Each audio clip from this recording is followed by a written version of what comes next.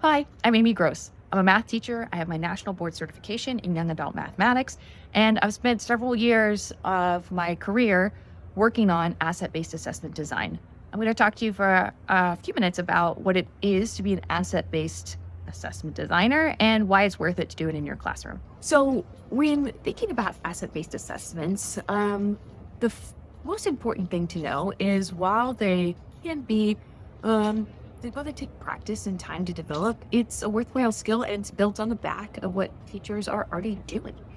Any teacher that has taken an exit ticket and has sorted through those responses and found patterns along student responses is doing asset based assessment analysis. So when we look at those patterns and we lift up the things that we can recognize and celebrate in that student's mathematical identity, that is an asset-based philosophy. So for asset-based assessment design, two things are really important.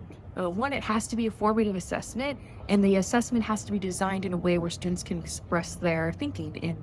And that means that we limit the closed type of questions. We keep the responses open-ended. And for the teacher who is sorting through this, it has to be a short assessment. Unless you have a assessment platform that is doing the work of sorting student responses for you, you have to keep the questions to one or two open-ended responses. Once you have those open-ended responses, you sort through, and there are two things that happen.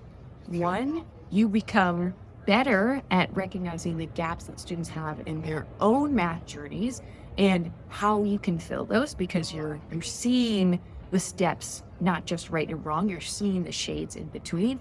And two, you have a chance to foster a community that is welcoming in the sense that you bring this back to students and students start to recognize the assets that other students are bringing in an answer that's not quote unquote 100% correct.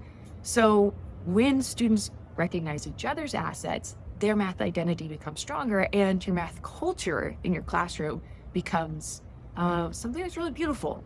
So asset-based assessment design is something that takes time, but it is worth it. And it is just based on letting students show you what they know. And when given the opportunity, they have quite a lot of interesting things to say. So good luck.